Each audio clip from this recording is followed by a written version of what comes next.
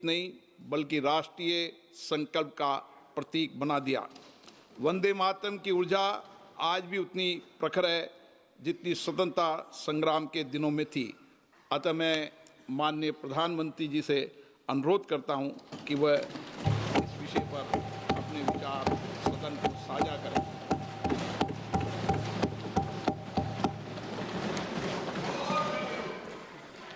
आदरणीय अध्यक्ष महोदय, मैं आपका और सदन के सभी माननीय सदस्यों का हृदय से आभार व्यक्त करता हूं कि हमने इस महत्वपूर्ण अवसर पर एक सामूहिक चर्चा का रास्ता चुना है,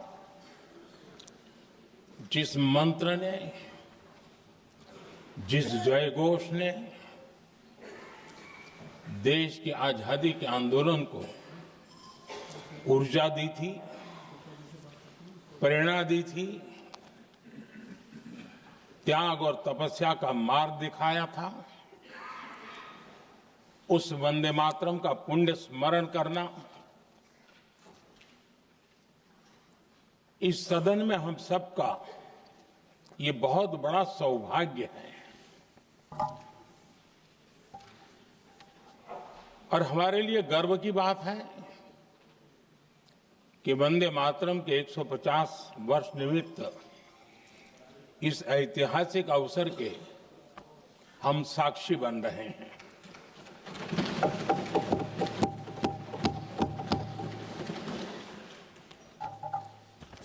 एक ऐसा कालखंड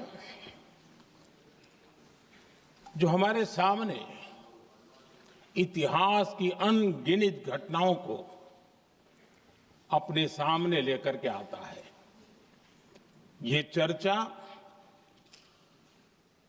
सदन की प्रतिबद्धता को तो प्रकट करेगी, लेकिन आने वाली पीढ़ियों के लिए भी, दर पीढ़ी के लिए भी ये शिक्षा का कारण बन सकती है अगर हम सब मिलकर के इसका सदुपयोग करें तो।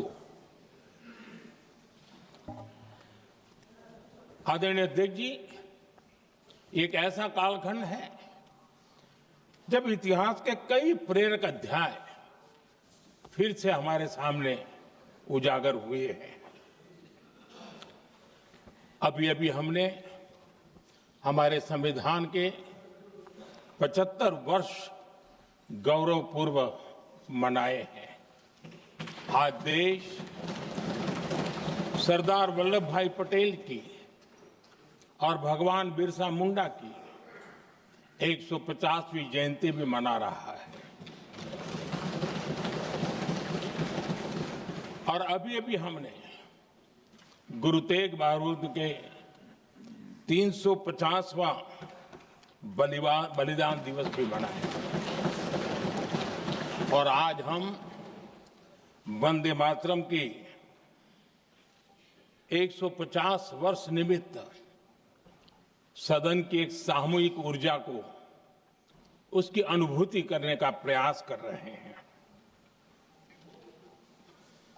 वंदे मातरम 150 वर्ष की यात्रा अनेक पड़ावों से गुजरी है, लेकिन आदरणीय अध्यक्ष जी, वंदे मातरम का जब 50 वर्ष हुए तब देश गुलामी में जीने के लिए मजबूर था और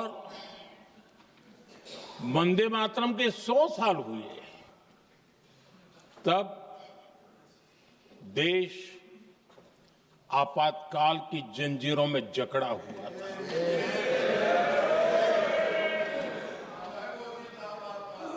जब वंदे मातरम 100 साल के अत्यंत उत्तम पर्व था, तब भारत के संविधान का गला घोंट दिया गया था।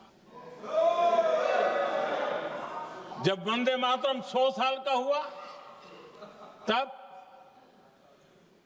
देशभक्ति के लिए जीने मरने वाले लोगों को जेल के सलाखों के पीछे बंद कर दिया गया था। जिस वंदे मातरम के गीत ने देश को आजादी की ऊर्जा दी थी, उसके जब 100 साल हुए तो दुर्भाग्य से एक काला कालखंड हमारे इतिहास में उजागर हो गया। हम लोकतंत्र के गिरोह में थे।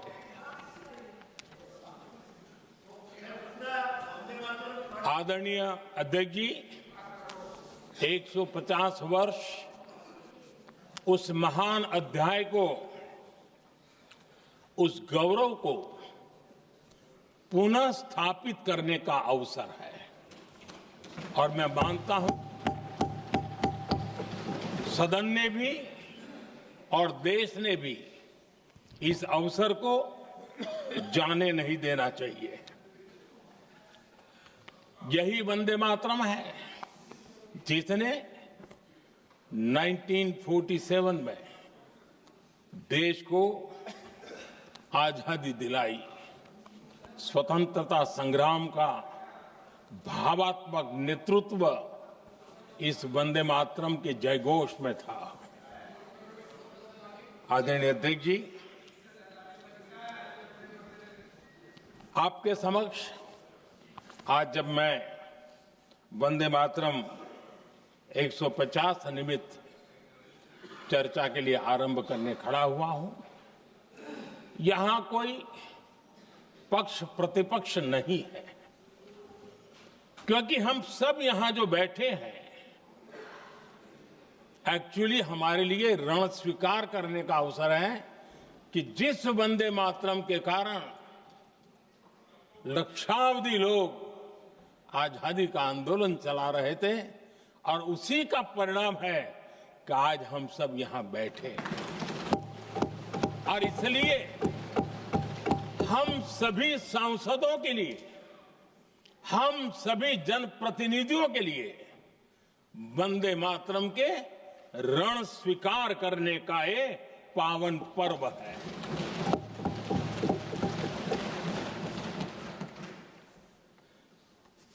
और इससे हम प्रेरणा लेकर के वंदे मातरम की जिस भावना ने देश की आजादी का जंग लड़ा, उत्तर दक्षिण पूर्व पश्चिम पूरा देश एक स्वर से वंदे मातरम बोल के आगे बढ़ा। फिर से एक बार अवसर है कि आओ हम सब मिल के चले, देश को साथ लेके चले। आजादी के दीवानों ने जो सपने देखे थे, उन सपनों को पूरा करने के लिए वंदे मातरम 150 हम सबकी प्रेरणा बने, हम सबकी ऊर्जा बने और देश आत्मनिर्भर बने। 2047 में विकसित भारत बना करके हम रहे, इस संकल्प को दोहराने के लिए ये वंदे मातरम हमारे लिए एक बहुत बड़ा अवसर है। आदरणीय अध्यक्ष जी, दादा तबीयत तो ठीक है ना? नहीं, कभी कभी इस उम्र में हो जाता है। आदरणीय अध्यक्ष जी, वंदे मातरम की इस यात्रा की शुरुआत बंकिम चंद्र जी ने 1875 में की थी और गीत ऐसे समय लिखा गया था जब 1857 के स्वातंत्र संग्राम के बाद अंग्रेज सल्तनत बौखलाई हुई थी, भारत पर भांति भांति के दबाव डाल रही थी, भांति भांति के जुल्म कर रही थी और भारत के लोगों को मजबूर किया जा रहा था अंग्रेजों के द्वारा। और उस समय उनका जो राष्ट्रीय गीत था, गॉड सेव द क्वीन, इसको भारत में घर घर पहुंचाने का एक षड्यंत्र चल रहा था। ऐसे समय बंकिम दा ने चुनौती दी और ईंट का जवाब पत्थर से दिया और उसमें से वंदे मातरम का जन्म हुआ।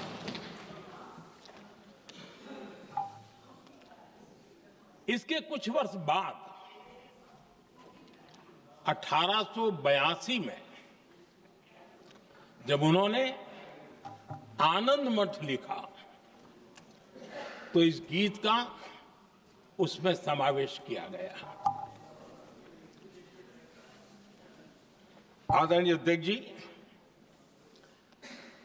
वंदे मातरम ने उस विचार को पुनर्जीवित किया था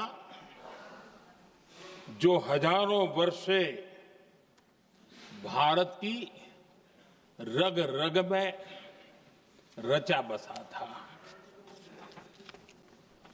उसी भाव को, उसी संस्कारों को, उसी संस्कृति को, उसी परंपरा को उन्होंने बहुत ही उत्तम शब्दों में, उत्तम भाव के साथ वंदे मातरम के रूप में हम सबको बहुत बड़ी सौगात दी थी। वंदे मातरम ये सिर्फ केवल राजनीतिक आजादी की लड़ाई का मंत्र नहीं था। सिर्फ हम अंग्रेज जाए और हम खड़े हो जाए, अपने राह पर चले, इतने मात्र तक वंदे मातरम प्रेरित नहीं करता था, उससे कहीं आगे था। आजादी की लड़ाई इस मातृभूमि को मुक्त कराने का भी जंग था। अपनी मां भारती को उन बेड़ियों से मुक्ति दिलाने का एक पवित्र जंग था। और वंदे मातरम की पृष्ठभूमि हम देखें, उसके संस्कार सरिता देखें, तो हमारे यहां वेद काल से एक बात बार बार हमारे सामने आई है। जब वंदे मातरम कहते हैं तो वही वेद काल की बात हमें याद आती है। वेद काल से कहा गया है, माता भूमि ही पुत्रो अहम पृथिव्याः, अर्थात ये भूमि मेरी माता है और मैं पृथ्वी का पुत्र हूं। आदरणीय अध्यक्ष जी, यही वो विचार है जिसको प्रभु श्री राम ने भी लंका के वैभव को छोड़ते हुए कहा था, जननी जन्मभूमिश्च स्वर्गादपि गरीयसी।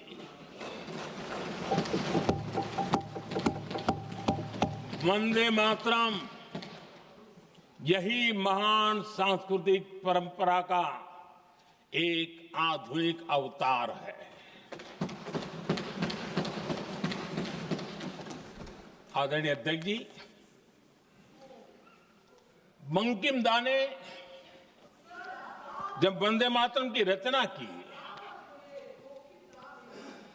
तो स्वाभाविक ही वो स्वतंत्रता आंदोलन का स्वर बन गया।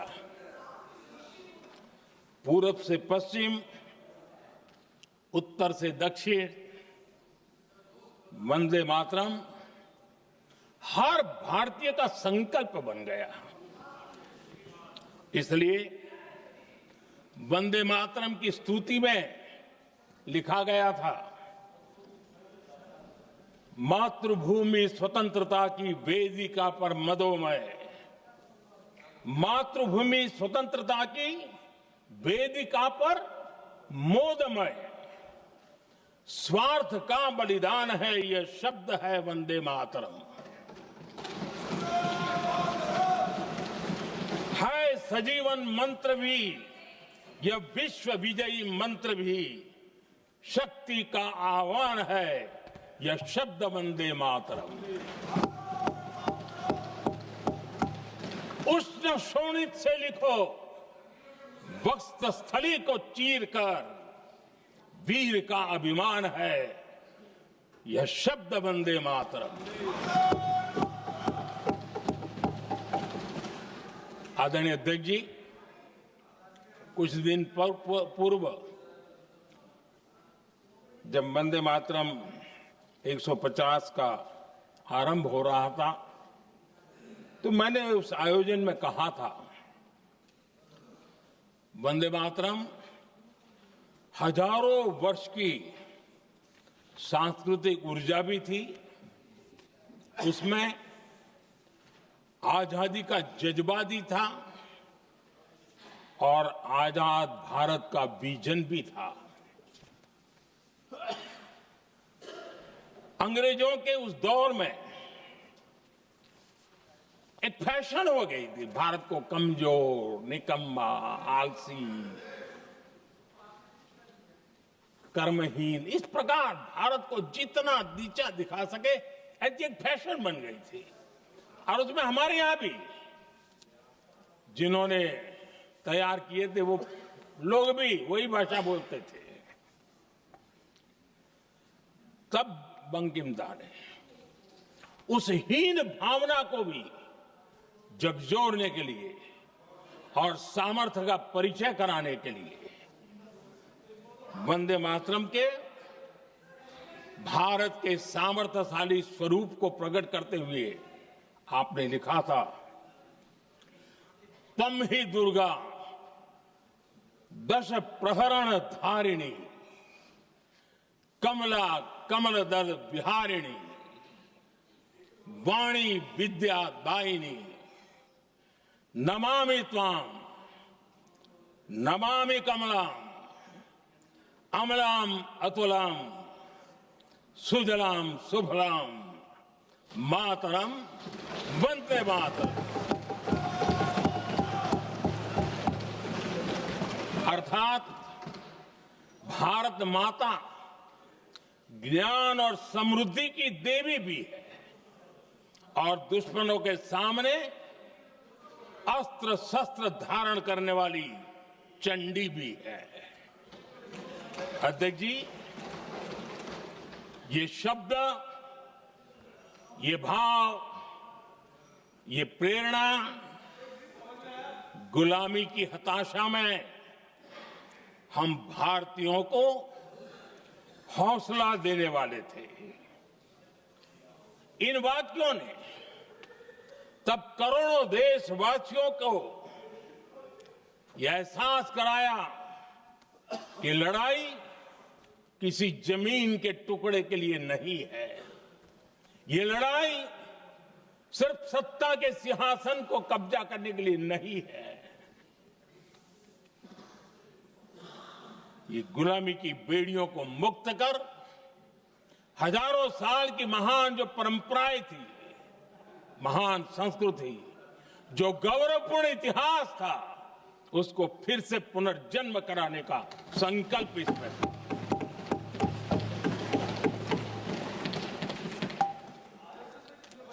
आदरणीय अध्यक्ष जी,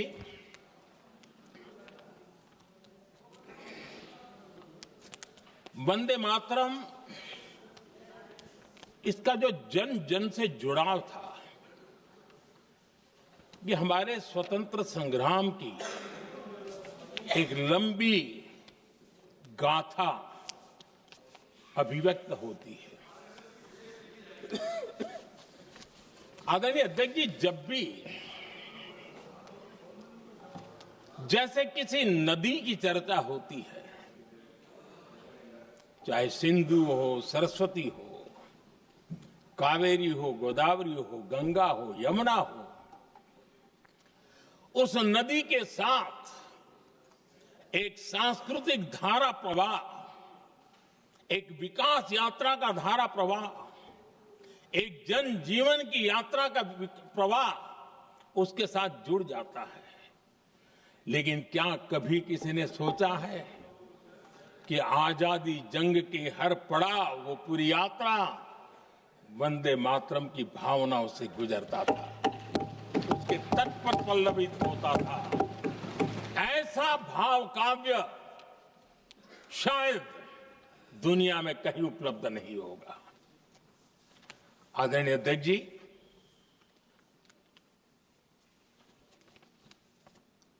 अंग्रेज समझ चुके थे कि 1857 के बाद लंबे समय तक भारत में टिकना उनके लिए मुश्किल लग रहा था।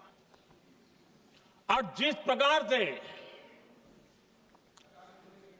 वो अपने सपने लेकर के आए थे, तब उनको लगा कि जब तक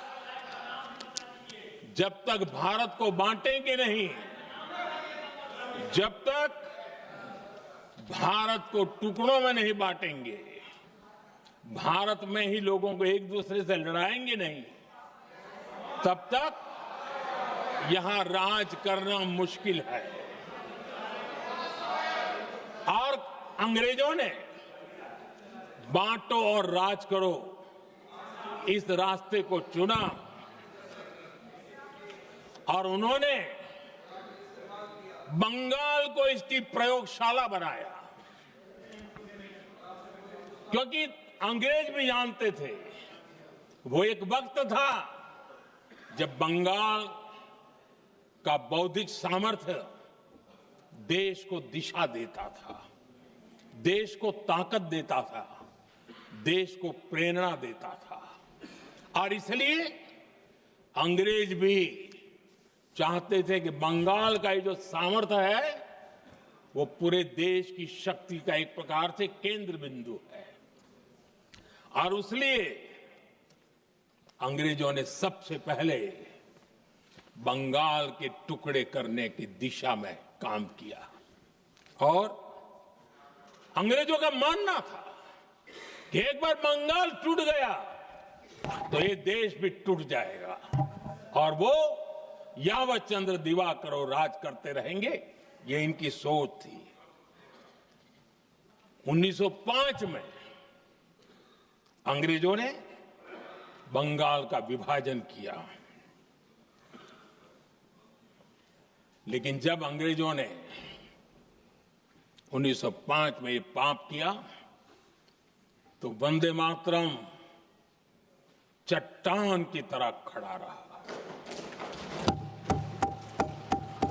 बंगाल की एकता के लिए वंदे मातरम गली गली का नाद बन गया था, और वही नारा प्रेरणा देता था। अंग्रेजों ने बंगाल विभाजन के साथ ही भारत को कमजोर करने के बीच और अधिक बोने की दिशा पकड़ ली थी। लेकिन वंदे मातरम एक स्वर एक सूत्र के रूप में अंग्रेजों के लिए चुनौती बनता गया और देश के लिए चट्टान बनता गया। आदरणीय अध्यक्ष जी, बंगाल का विभाजन तो हुआ, लेकिन एक बहुत बड़ा स्वदेशी आंदोलन खड़ा हुआ, और तब वंदे मातरम हर तरफ गूंज रहा था। अंग्रेज समझ गए थे कि बंगाल की धरती से निकला बंकिम दा का ये भाव सूत्र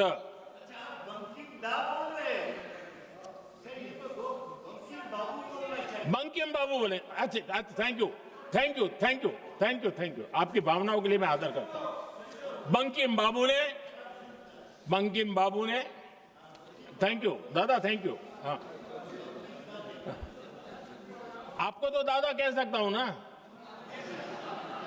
वरना उसमें भी आपको इतराज हो जाएगा। बंकिम बाबू ने ये जो भाव विश्व तैयार किया था, उनके भाव गीत के द्वारा उन्होंने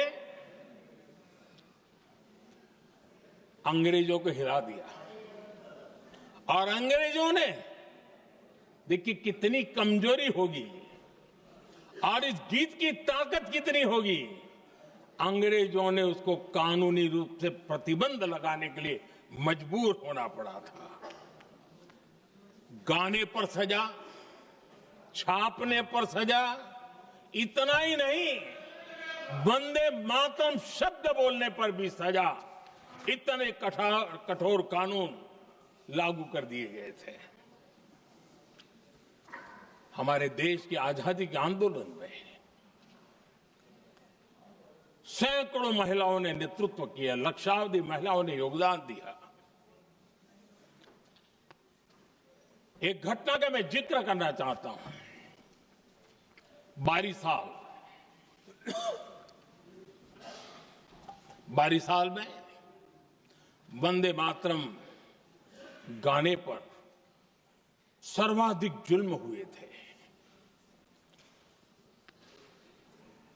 वो 22 साल आज भारत का हिस्सा नहीं रहा है, और उस समय 22 साल की हमारी माताएं, बहनें, बच्चे मैदान में उतरी थी वंदे मातरम के स्वाभिमान के लिए। इस प्रतिबंध के विरोध में लड़ाई के मैदान में उतरी थी।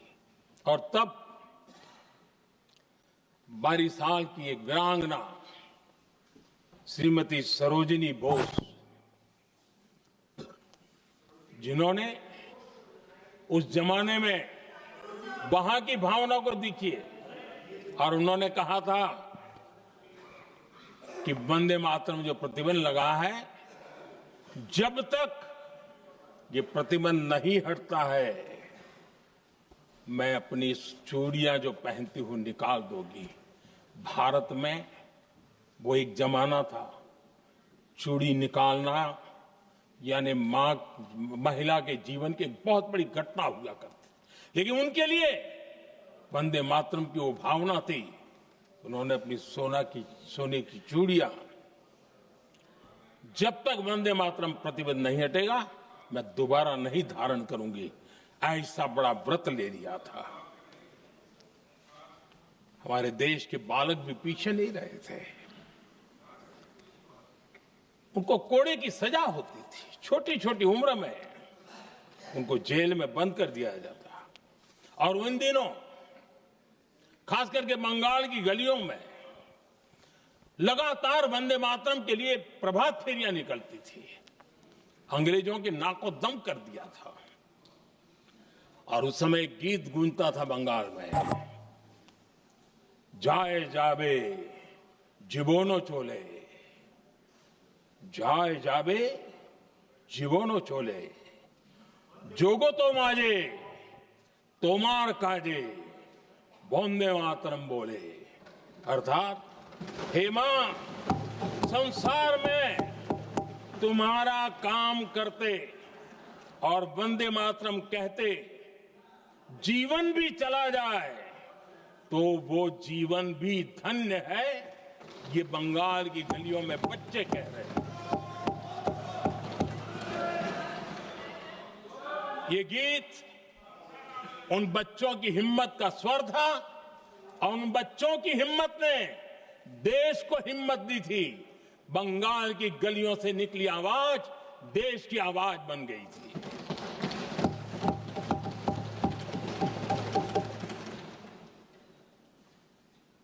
उन्नीस 1905 में फरीदपुर के गांव में बहुत छोटी छोटी उम्र के बच्चे जब वंदे मातरम के नारे लगा रहे थे, अंग्रेजों ने बेरहमी से उन पर कोड़े मारे थे।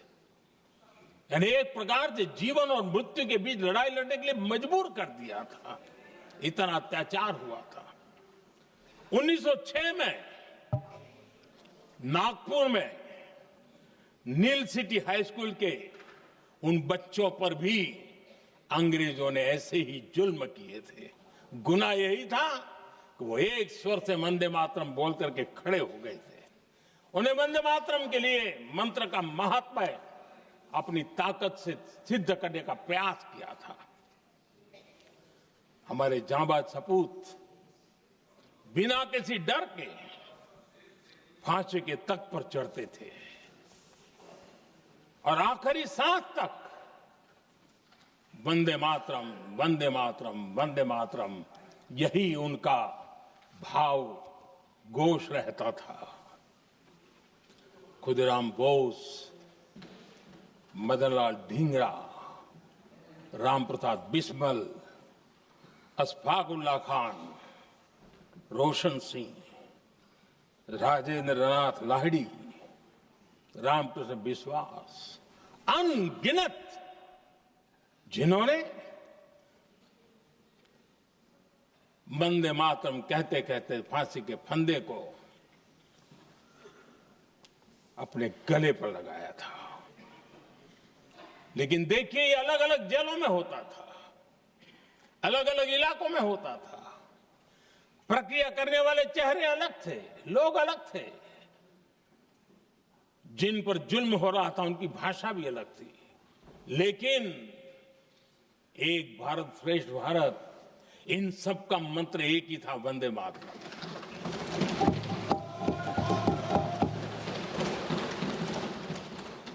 चटगांव की स्वराज क्रांति, जिन युवाओं ने अंग्रेजों को चुनौती दी, वे भी इतिहास के चमकते हुए नाम है। हरगोपाल बाल, पुलिन विकास घोष, त्रिपुर सेन, इन सब ने देश के लिए अपना बलिदान दिया।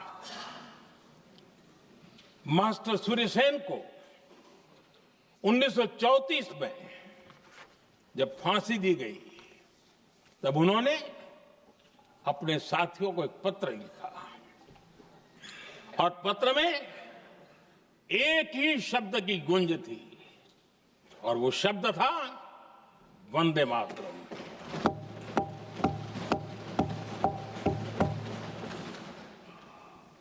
आदरणीय अध्यक्ष जी, हम देशवासियों को गर्व होना चाहिए। दुनिया के इतिहास में कहीं पर भी ऐसा कोई काव्य नहीं हो सकता, ऐसा कोई भावगीत नहीं हो सकता जो सदियों तक एक लक्ष्य के लिए कोटि कोटि जनों को प्रेरित करता हो और जीवन आहूत करने के लिए निकल पड़ते हो। दुनिया में ऐसा कोई भावगीत नहीं हो सकता जो वंदे मातरम। पूरे विश्व को पता होना चाहिए कि गुलामी के कालखंड में भी ऐसे लोग हमारे यहां पैदा होते थे जो इस प्रकार के भावगीत की रचना कर सकते थे। ये विश्व के लिए अजूबा है, हमें गर्व से कहना चाहिए, तब दुनिया भी मानना शुरू करेगी।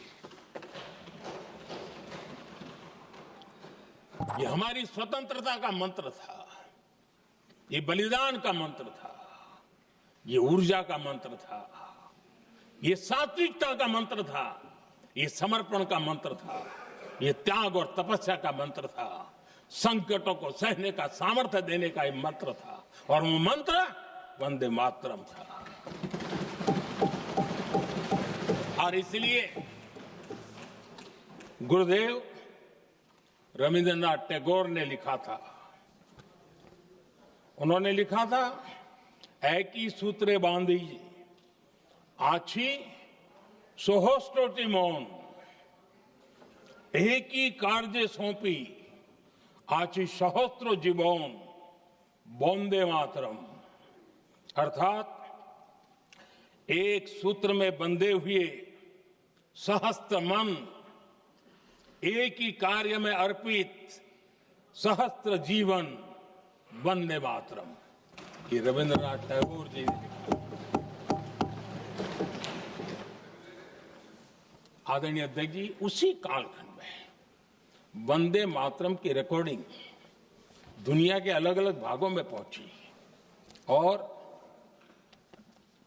लंदन में जो क्रांतिकारियों की एक प्रकार से तीर्थ भूमि बन गया था, वो लंदन का इंडिया हाउस, वीर सावरकर जी ने वहां वंदे मातरम गीत, और वहां ये गीत बार बार गूंजता था। देश के लिए जीने मरने वालों के लिए वो एक बहुत बड़ा प्रेरणा का अवसर रहता था। उसी समय बिपिन चंद्र पाल और महर्षि अरविंद घोष उन्होंने अखबार निकाले, उस अखबार का नाम भी उन्होंने वंदे मातरम रखा।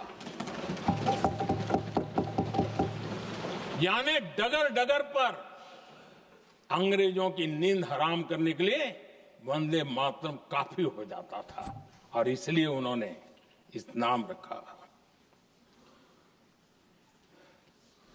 अंग्रेजों ने अखबारों पर रोक लगा दी तो मैडम भीकाजी कामा ने पेरिस में एक अखबार निकाला और उसका नाम उन्होंने वंदे मातरम रखा। आदरणीय अध्यक्ष जी, वंदे मातरम ने भारत को स्वावलंबन का रास्ता भी दिखाया। उस समय माचिस की डिबिया, मैच बॉक्स, वहां से लेकर के बड़े बड़े शिप, उस पर भी वंदे मातरम लिखने की परंपरा बनी और बाहरी कंपनियों को चुनौती देने का एक माध्यम बन गया, स्वदेशी का एक मंत्र बन गया। आजादी का मंत्र स्वदेशी के मंत्र की तरफ विस्तार होता गया। आदरणीय अध्यक्ष जी, मैं एक और घटना का जिक्र भी करना चाहता हूं। 1907 में जब वीओ चिदम्बरम पिल्लाई उन्होंने स्वदेशी कंपनी का जहाज बना तो उस पर भी लिखा था वंदे मातरम।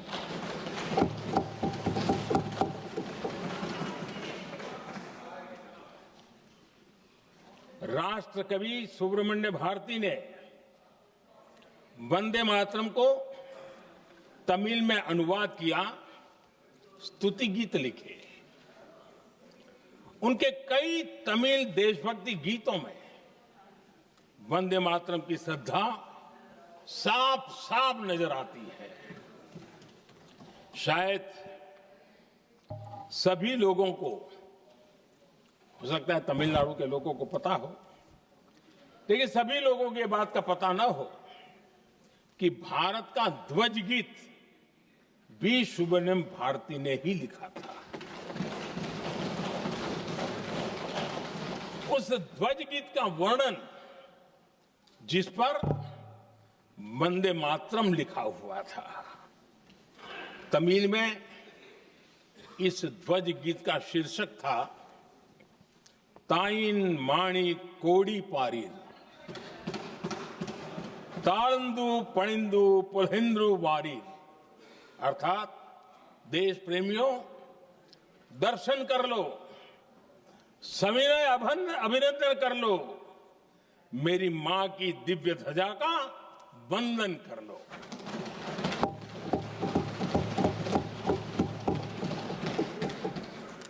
आदरणीय अध्यक्ष महोदय, मैं आज इस सदन में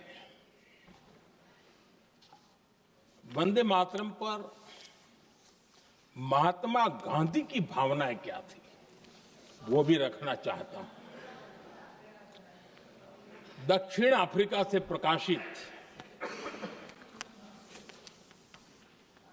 एक साप्ताहिक पत्रिका निकलती थी, इंडियन ओपिनियन, और इस इंडियन ओपिनियन में महात्मा गांधी ने 2 दिसंबर 1905 जो लिखा था उसको मैं कोट कर रहा हूं। उन्होंने लिखा था, महात्मा गांधी ने लिखा था, गीत वंदे मातरम जिसे बंकिम चंद्र ने रचा है, पूरे बंगाल में अत्यंत लोकप्रिय हो गया है।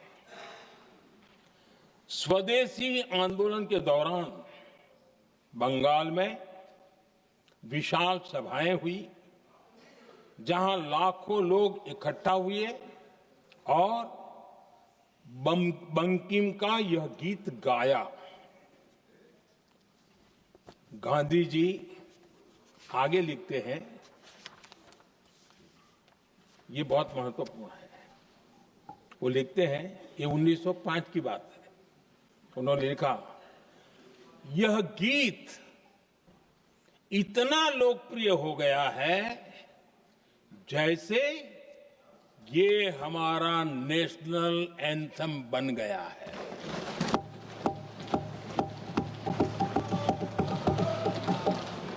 इसकी भावनाएं महान है और यह अन्य राष्ट्रों के गीतों से अधिक मधुर है।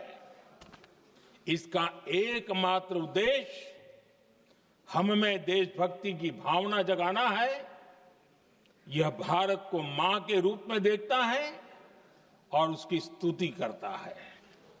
अध्यक्ष जी,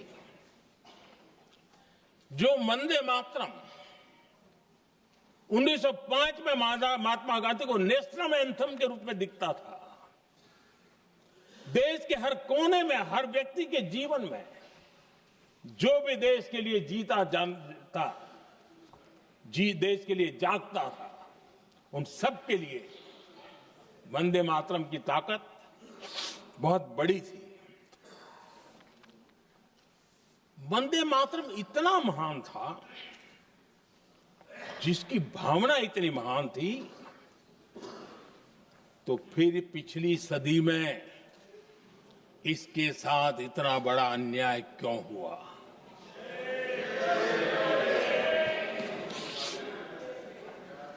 वंदे मातरम के साथ विश्वासघात क्यों हुआ?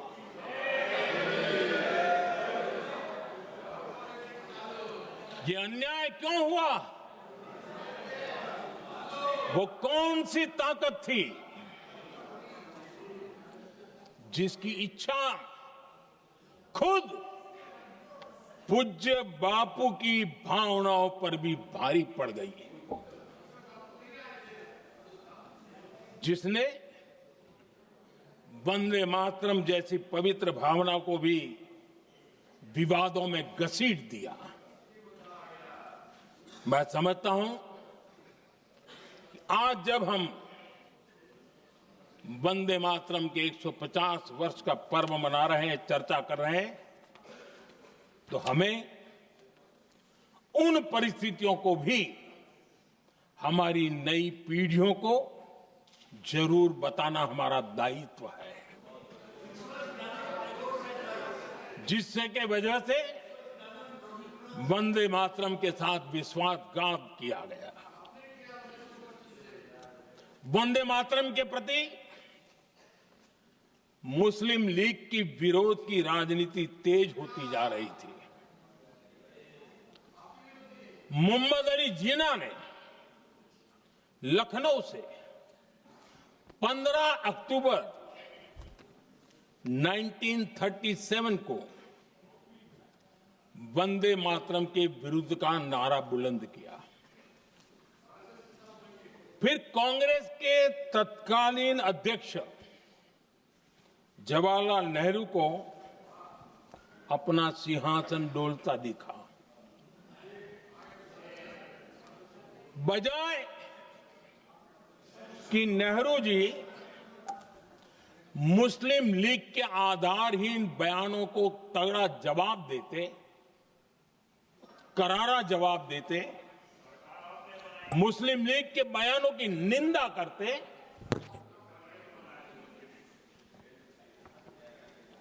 और वंदे मातरम के प्रति खुद की भी और कांग्रेस पार्टी की भी निष्ठा को प्रकट करते हैं,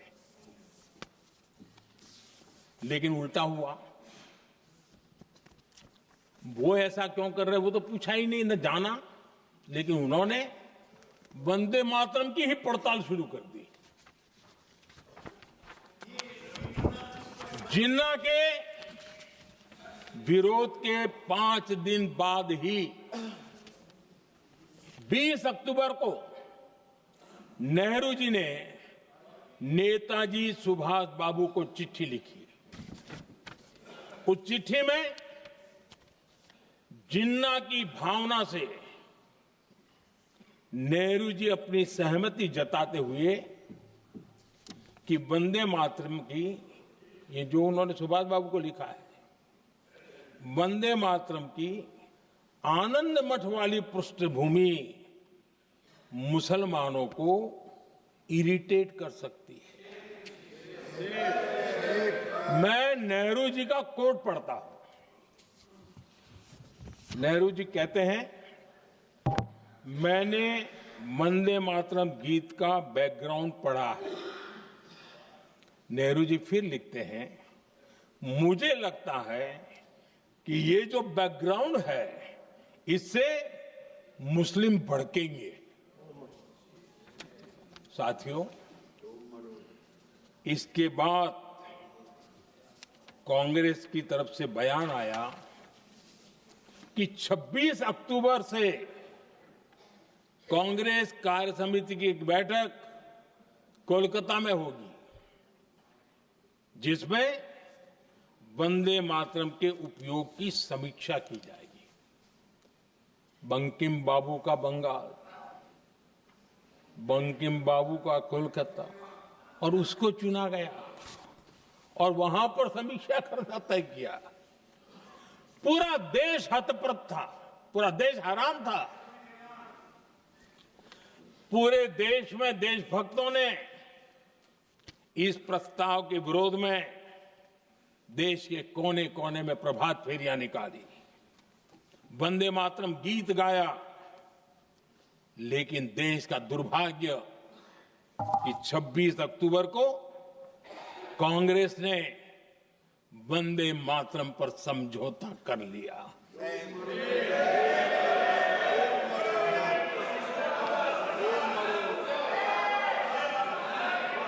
वंदे मातरम के टुकड़े करने के फैसले में, वंदे मातरम के टुकड़े कर दिए। उस फैसले के पीछे नकाब ये पहना गया, चोला ये पहना गया कि ये तो सामाजिक सद्भाव का काम है। लेकिन इतिहास इस बात का गवाह है कि कांग्रेस ने मुस्लिम लीग के सामने घुटने टेक दिए और मुस्लिम लीग के दबाव में किया। और कांग्रेस का ये तुष्टीकरण की राजनीति को साधने का एक तरीका था। आदरणीय अध्यक्ष जी, तुष्टीकरण की राजनीति के दबाव में कांग्रेस वंदे मातरम के बंटवारे के लिए झुकी। इसलिए कांग्रेस को एक दिन भारत के बंटवारे के लिए झुकना पड़ा।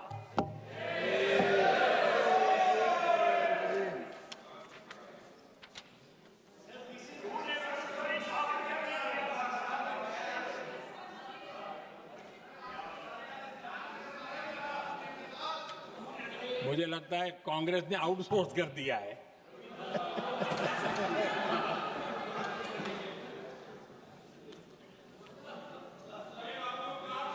दुर्भाग्य से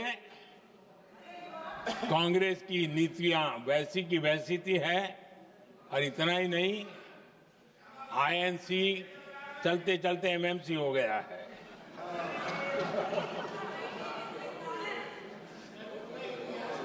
आज भी कांग्रेस और उसके साथी और जिन जिन के नाम साथ कांग्रेस जुड़ा हुआ है, सब वंदे मातरम पर विवाद खड़ा करने की कोशिश करते हैं। आदरणीय अध्यक्ष महोदय, किसी भी राष्ट्र का चरित्र, उसकी जीवटता, उसके अच्छे कालखंड से ज्यादा जब चुनौतियों का कालखंड होता है, जब संकटों का कालखंड होता है, तब प्रकट होती है, उजागर होती है और सच्चे अर्थ में कसौटी से कसी जाती है। जब कसौटी का काल आता है, तब ही ये सिद्ध होता है कि हम कितने दृढ़ हैं, कितने सशक्त हैं, कितने सामर्थ्यवान हैं। 1947 में देश आजाद होने के बाद देश की चुनौतियां बदली, देश की प्राथमिकताएं बदली, लेकिन देश का चरित्र, देश की जीवटता वही रही, वही प्रेरणा मिलती रही। भारत पर जब जब संकट आए, देश हर बार वंदे मातरम की भावना के साथ आगे बढ़ा।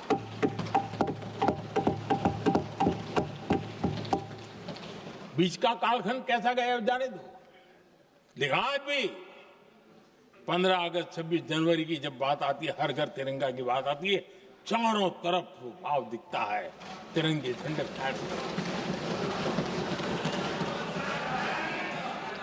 एक जमाना था जब देश पर खाद्य का संकट आया, वही वंदे मातरम का भाव था। मेरे देश के किसानों ने अंदर के भंडार भर दिए और इसके पीछे भाव वही है, वंदे मातरम। जब देश की आजादी को कुचलने की कोशिश हुई, संविधान के पीठ पे छुरा भोंक दिया गया, आपातकाल थोप दिया गया, यही वंदे मातरम की ताकत थी कि देश खड़ा हुआ और परास्त करके रहा। देश पर जब भी युद्ध थोपे गए, देश को जब भी संघर्ष की नौबत आई, यही वंदे मातरम का भाव था। देश का जवान सीमाओं पर अड़ गया और मां भारती का झंडा फहराता रहा, विजय श्री प्राप्त कर। कोरोना जैसे वैश्विक महासंकट आया, यही देश उसी भाव से खड़ा हुआ, उसको भी परास्त करके आगे बढ़ गया। आदरणीय अध्यक्ष जी, यह राष्ट्र की शक्ति है, यह राष्ट्र को भावनाओं से जोड़ने वाला सामर्थ्यवान एक ऊर्जा प्रवाह है, ये चेतना प्रवाह है, ये संस्कृति की अविरल धारा का प्रतिबिंब है, उसका प्रकटीकरण है। ये वंदे मातरम हमारे लिए सिर्फ स्मरण करने का काल नहीं, एक नई ऊर्जा, नई प्रेरणा का लेने का काल बन जाए और हम उसके प्रति समर्पित होते चले। और मैंने पहले कहा, हम लोगों पर तो कर्ज है वंदे मातरम का। वही वंदे मातरम है जिसने वो रास्ता बनाया, जिस रास्ते से हम यहां पहुंचे हैं, और इसलिए हमारा कर्ज बनता है।